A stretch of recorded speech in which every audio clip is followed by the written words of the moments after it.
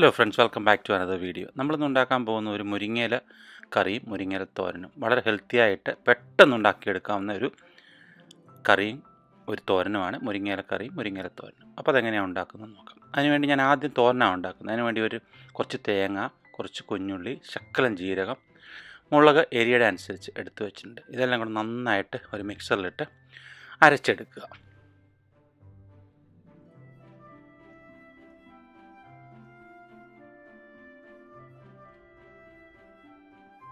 ഞാനിവിടെ തേങ്ങയും കുഞ്ഞുള്ളിയും ജീരകവും പച്ചമുളകും അരച്ച് മാറ്റി വെച്ചിട്ടുണ്ട്. അതിന് ശേഷം ഒരു പാനിലേക്ക് കുറച്ച് വെളിച്ചെണ്ണ ഒഴിച്ച് അതിനകത്ത് കടുക് പൊട്ടിക്കുക. കടുക് പൊട്ടിച്ചതിന് ശേഷം അതിനകത്തേക്ക് ഞാൻ കുറച്ച് ഉണക്കമുളക് ഇട്ട് കൊടുക്കുന്നുണ്ട്. ഉണക്കമുളക് കംപ്ലീറ്റ്ലി ഓപ്ഷണലാണ്, നിങ്ങൾക്ക് വേണമെങ്കിൽ ഉപയോഗിച്ചാൽ മതി. അതിനുശേഷം അതിനകത്തേക്ക് കുറച്ച് മുരിങ്ങയില ഞാൻ ഒരു കൈന്ന് ഒന്നൊന്നര കൈ ഇടുന്നുണ്ട്. അത് നിങ്ങളുടെ ഇഷ്ടം പോലെ ഇടാം. ഇച്ചിരി കൂടിപ്പോയെന്ന് വെച്ചും കുഴപ്പമില്ല.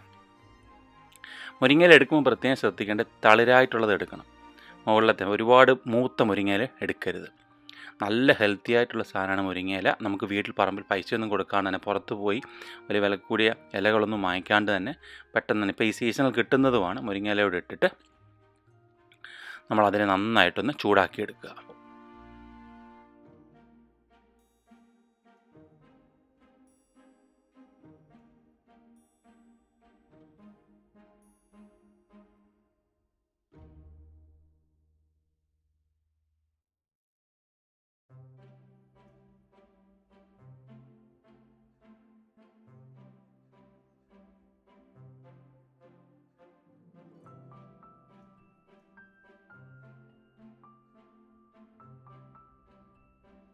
മുരിങ്ങയില ഒന്ന് ചൂടായി കഴിയുമ്പോൾ അതിനകത്തേക്ക് ആവശ്യത്തിനുള്ള കറിക്ക് ആവശ്യമുള്ള ഉപ്പ് ഒഴിച്ചിട്ട് നമ്മൾ അരച്ച് വെച്ചിരിക്കുന്ന തേങ്ങയും ഉള്ളിയും ജീരകവും പച്ചമുളകും അരച്ച് വെച്ചിരിക്കുന്ന അതിനകത്തേക്ക് ഒഴിക്കുക. അതിനാവശ്യത്തിനുള്ള വെള്ളവും കൂടി ഒഴിച്ച് ഒന്ന് തിളപ്പിക്കുക. ഒരുപാട് തിളപ്പിക്കേണ്ട, ചെറുതായിട്ടൊന്ന് ചൂടായാൽ മതി.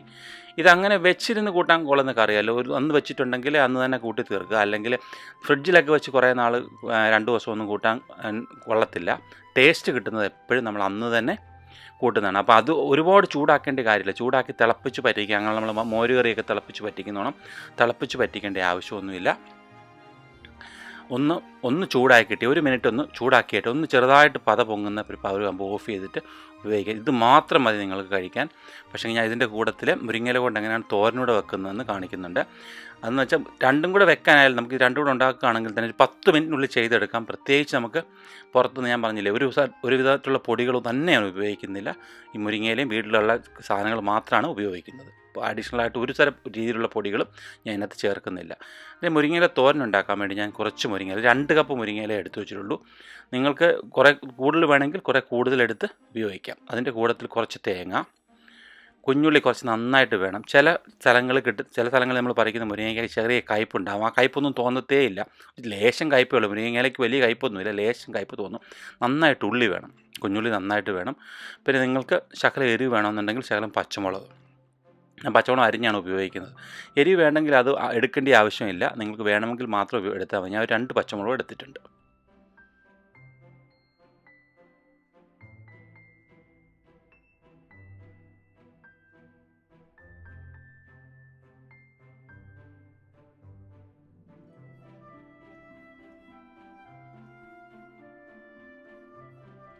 അതിനുശേഷം ഒരു പാനിനകത്തേക്ക് ശകലം വെളിച്ചെണ്ണ ഒഴിച്ച് ശകലം കടുക് വേണമെങ്കിൽ ഇട്ടാൽ മതി. കടുക് പൊട്ടിക്കേണ്ട ആവശ്യമില്ല. ഞാൻ 2 കുറച്ച് കടുക് ഇട്ട് കൊടുക്കുന്നുണ്ട്.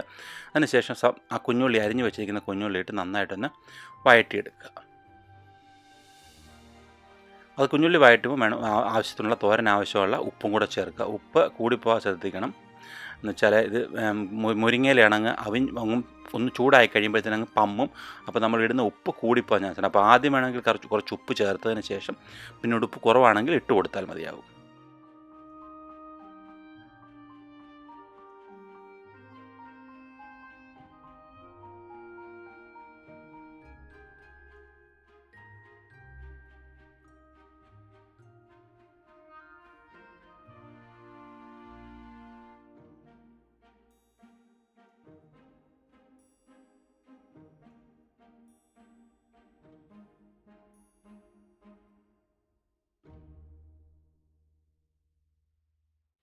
അപ്പോൾ കുഞ്ഞുള്ളി നന്നായിട്ട് വഴണ്ട് കഴിയുമ്പോഴത്തേന് നമ്മൾ മുരിങ്ങയില ഇട്ട് കൊടുക്കുക.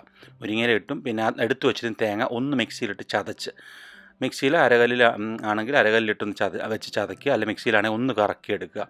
എന്നിട്ട് ഇതിനെ ഒന്ന് സാധാരണ തോരനൊക്കെ നമ്മൾ വെക്കുമ്പോൾ അടച്ച് വെച്ച് വേവിക്കുകയാണ് ചെയ്യുന്നത്. ഒന്ന് പൊത്തി വെച്ച് അടച്ച് വേവിക്കുകയാണ് ചെയ്യുന്നത്. പക്ഷേ മുരിങ്ങയിലയ്ക്ക് അതിൻ്റെ ആവശ്യമില്ല. നിങ്ങൾ 1 മിനിറ്റിൽ താഴെ ഒന്ന് നന്നായിട്ട് ഇളക്കിയെടുത്താൽ മതി. അതാണ് നല്ല ടേസ്റ്റ്. തേങ്ങായും മുരിങ്ങയിലും ഇട്ടിട്ട് 1 മിനിറ്റ് താഴെ പെട്ടെന്നൊന്ന് ചിക്കിയെടുത്താൽ മതി, നല്ല ടേസ്റ്റ് കിട്ടും.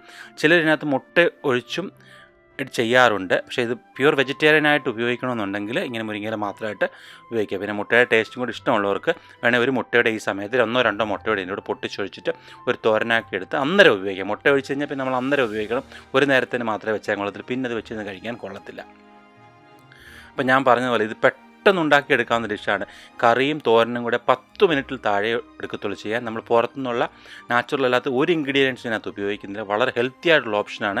നമുക്ക് പറമ്പിൽ കിട്ടുന്ന മുരിങ്ങയിലയാണ്. നമുക്ക് പ്രത്യേകിച്ച് ചന്തയിൽ പോയിട്ട് വിഷം അടിച്ചതാണോ അങ്ങനെയാണോ ഇങ്ങനെയാണോ എന്ന് നോക്കി ഒന്നും വായിക്കേണ്ട കാര്യമില്ല.